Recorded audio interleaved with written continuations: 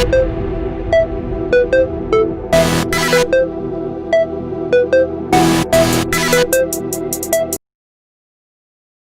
To our channel டக்கட்டிவ் தமிழ். நம்ம இப்போ வாடுற 2020 உலகத்தில் மோஸ்ட்டாக இருக்கிற எல்லா நாடுகளும் எல்லா மக்களும் ஏதோ ஒரு விஷயத்துக்காக ஒருத்தருக்கு ஒருத்தர் கனெக்ட் ஆகி இருக்காங்க.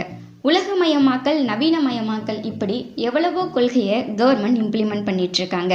இப்போ நம்ம வாடுற இந்த பீரியட்லையும் உலகத்தோட எந்த விதத்துலேயும் தொடர்பு இல்லாமல் மக்கள் வாழ்ந்துக்கிட்டு இருக்காங்கன்னு சொன்னால் நம்ப முடியுமா? அதுவும் உலகத்தோட ஏதோ ஒரு மூலையில நம்ம இந்தியா பக்கத்திலேயே வங்காள விரிகுடா கடலில் இருக்கிறது தான் வடக்கு சென்டினல்ஸ் தீவு. இந்த தீவில் தான் உலகத்திலேயே மிக ஆபத்தான பழங்குடியின இனமாக சொல்லப்படுற சென்டினல்ஸ் பழங்குடியினர் வாழ்கிறாங்க. இந்த தீவை பற்றியும் அங்கே வாடுற மக்கள் பற்றியும் நிறையவே இன்ட்ரெஸ்டிங்கான விஷயம்தான் நம்ம இந்த வீடியோவில் பார்க்க போகிறோம். ஓகே, வாங்க வீடியோக்குள்ளே போகலாம். வடக்கு சென்டினல் தீவு வங்காள விரிகுடாவில் இருக்கிற அந்தமான் தீவோட தெற்கு பகுதியில் தான் இருக்குது. இந்த தீவுகளை சுற்றி நிறையவே பவளப்பாறைகள் சூழ்ந்திருக்கு. இந்த தீவின் பெரும்பாலான பகுதிகள் காடுகளால் நிறைஞ்சிருக்கு. இந்த தீவுக்கு துறைமுகமே இல்லை. இந்த தீவில் தான் சென்டினல்ஸ் பழங்குடியினர் கிட்டத்தட்ட 50 to 400 வரையிலான மக்கள் வசிக்கிறதா சொல்கிறாங்க. சென்டினல்ஸ் பழங்குடியினருக்கு இன்னமும் வேளாண்மை பற்றி தெரியாது.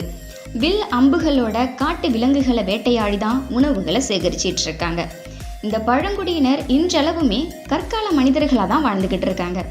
பெண்கள் தங்களோட இடுப்பு, கழுத்து, தலையை சுற்றி நார் சரங்களை தான் ஆடையாக அணியிறாங்க. அதே போல் ஆண்கள் கழுத்தணி, தலைப்பாகையெல்லாம் அணியிறாங்க. இந்த மக்கள் வெளி உலகத்தோட தொடர்பே இல்லாமல் வெளி உலக மக்களை பார்க்க விரும்பாமல் வாழுறாங்க. சில சமயங்களில் அவங்க கிட்ட வெளி உலக மனிதர்கள் மாட்டிக்கிட்டா நட்பு ரீதியான செய்கைகளை செய்து அவர்கள் தர்ற பரிசுகளையும் காட்டிற்குள்ளே எடுத்துகிட்டு போயிட்டு பிறகு அவர்களை கொல்லவும் செய்கிறாங்க. 2004 ஏற்பட்ட சுனாமினால் அந்தமானில் பல பகுதிகள் பாதிக்கப்பட்டது. ஆனால் இந்த தீவுக்கு பெரிதாக பாதிப்புகள் ஏற்படலை. இந்த சென்டினல்ஸ் பழங்குடியின மக்கள் பல நூற்றாண்டுகளுக்கு முன்னாடியே அந்தமானில் வாழ்கிறதா ஆய்வாளர்கள் சொல்கிறாங்க.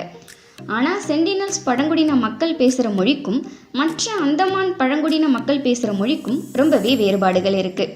சென்டினல்ஸ் மக்கள் ஆப்பிரிக்காவின் கருப்பின மக்கள் போல உருவமும் நிறமும் கொண்டவர்களாக இருக்காங்க. சென்டினல்ஸ் மக்களை இந்தியன் கவர்மெண்ட் பழங்குடியின மக்கள் பட்டியலில் வச்சுருக்காங்க. உலகத்தில் இருக்கிற 6 அதிபயங்கர பழங்குடிகளில் இவங்களும் ஒருத்தவங்க. 1867 பிரிட்டிஷ் கப்பல் இந்த தீவோட பவளப்பாறையில் இடித்து விபத்துக்குள்ளாயிட்டு. அதனால அந்த கப்பலில் இருந்த 106 பேர் இந்த தீவுக்கு போயிருக்காங்க. அவங்கள பார்த்துட்டு அந்த தீவு மக்கள் அடித்து விரட்டியிருக்காங்க. அதுக்கப்புறம் பிரிட்டிஷ் கவர்மெண்ட்டோட கடல் படையினரால் இந்த 106 பேரும் மீட்கப்பட்டாங்க. இவங்களை பற்றி சொல்லும்போது 2018 நவம்பரில் நடந்த இன்சிடென்ட்டையும் உங்கள் கூட ஷேர் பண்ணிக்கணும்னு நினைக்கிறேன். 2018 நவம்பரில் ஜான் ஆலன்சா என்ற கிறிஸ்தவ மதப்பரப்பாளர் அமெரிக்காவை சேர்ந்தவர். அப்போ அவருக்கு வயது 26. இந்த பழங்குடியின மக்கள் பற்றி கேள்விப்பட்டு அவர்களை கிறிஸ்தவ மதத்திற்கு மாற்றத்துக்காக உள்ளூர் மீனவர்களின் துணையோடு வடக்கு சென்டினல்ஸ் தீவுக்கு சட்டவிரோதமாக போக முயற்சி பண்ணியிருக்காரு. அதுக்காக அந்த மீனவர்களுக்கு 25,000 ரூபாய் பணத்தையும் கொடுத்துருக்காரு. அதிகாரிகளோட கண்ணில் படாமல் இருக்க நைட் டைமில் ட்ராவல் பண்ணியிருக்காங்க. ஃபஸ்ட்டே இவர் போட்டில் இருந்து 500 to 700 மீட்டர் தொலைவிலேயே கரையில் இறங்கிட்டாரு. அந்த மீனவர்கள் அவரை போக வேண்டாம்னு சொல்லி தடுத்தும் அவர் ஒரு சிறிய படகுல விவிலியம் புக் அப்புறம் கொஞ்சம் பரிசு பொருட்களை கரைக்கு எடுத்துட்டு போயிருக்காரு. அந்த தீவில் உள்ள மக்கள் அவரை அம்புகளை கொண்டு தாக்கி வெளியேற்றிட்டாங்க. இதனால் அவர் அந்த மீனவர்கள் கூடயே திரும்ப வந்துட்டாரு. அவர் அங்கு போய் சில கிறிஸ்தவ பாடல்கள் பாடியதாகவும் தீவு மக்கள் கோபமடைந்ததாகவும் அவர் எழுதி வச்சிருக்காரு. அடுத்த நாளும் அவர் போனதால் அந்த மக்கள் ரொம்பவே கோபப்பட்டு அவரோட சிறிய படகை உடைச்சிட்டாங்க. ஸோ அவர் நீந்தியே இந்த மீனவர்கள்கிட்ட வந்துட்டாங்க. திரும்பவும் அடுத்த நாள் அந்த தீவுக்கு போயிருக்காரு ஜான் ஆலன்.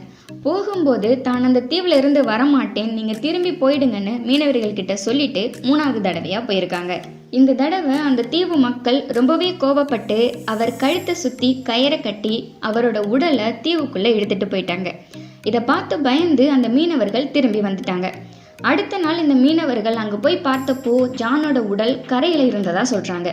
அதுக்கப்புறம் தடை செய்யப்பட்ட தீவுக்கு ஜானை கூட்டிட்டு போன குற்றத்துக்காக அந்த மீனவர்களை போலீஸ் கைது பண்ணிட்டாங்க. இதே மாதிரி இன்னொரு டைம் மீன்பிடி படகு ஒன்று இந்த தீவின் பக்கமாக ஒதுங்கி இருக்கு. அதில் இருந்த 2 மீனவர்களை அந்த மக்கள் இழுத்துட்டு போய் கொண்டுட்டாங்க. பலமுறை இந்த தீவின் மேலே பறக்கிற ஹெலிகாப்டர்ஸ் மேலே கூட இந்த மக்கள் அம்புகளையும் கல்லையும் எரிஞ்சு தாக்குறாங்க. இப்படி வெளியில இருந்து எந்த மக்களும் அந்த தீவுக்குள்ள வர்றதை அந்த பழங்குடியினர் விரும்பல. அதுக்கப்புறம் 2005ல் அந்தமான் நிக்கோபார் கவர்மெண்ட் அறிக்கை ஒன்று வெளியிட்டாங்க. அதில் சென்டினல்ஸ் மக்களின் வாழ்க்கையுடனோ அவர்களின் வாழ்விடங்கள் மீதோ தலையிட தமக்கு எந்தவித எண்ணமோ ஆர்வமோ இல்லைன்னு சொல்லிட்டாங்க. ஸோ அந்த தீவு யாரோட ஆளுகைக்கும் உட்பட்டது இல்லை. மனிதன் எப்படி தோன்றினானோ அதே மாதிரியே அப்படியே எந்த ஒரு நாகரிகத்திற்கும் உட்படாமல் அந்த மக்கள் இன்னமும் வாழ்ந்துக்கிட்டு இருக்காங்க. இதை பற்றி நீங்கள் என்ன நினைக்கிறேன்னு கமெண்டில் சொல்லுங்கள். இந்த வீடியோ உங்களுக்கு பிடிச்சிருந்தா லைக் பண்ணுங்கள், உங்கள் ஃப்ரெண்ட்ஸ் அண்ட் ஃபேமிலி கூட ஷேர் பண்ணுங்கள். இதே மாதிரி இன்னும் நிறைய இன்ஃபர்மேஷன் தெரிஞ்சுக்க டக்கட்டிவ் தமிழ் சேனல் சப்ஸ்கிரைப் பண்ணுங்கள். மறக்காமல் பெல் ஐக்கான் கிளிக் பண்ணிவிடுங்க. தேங்க்யூ.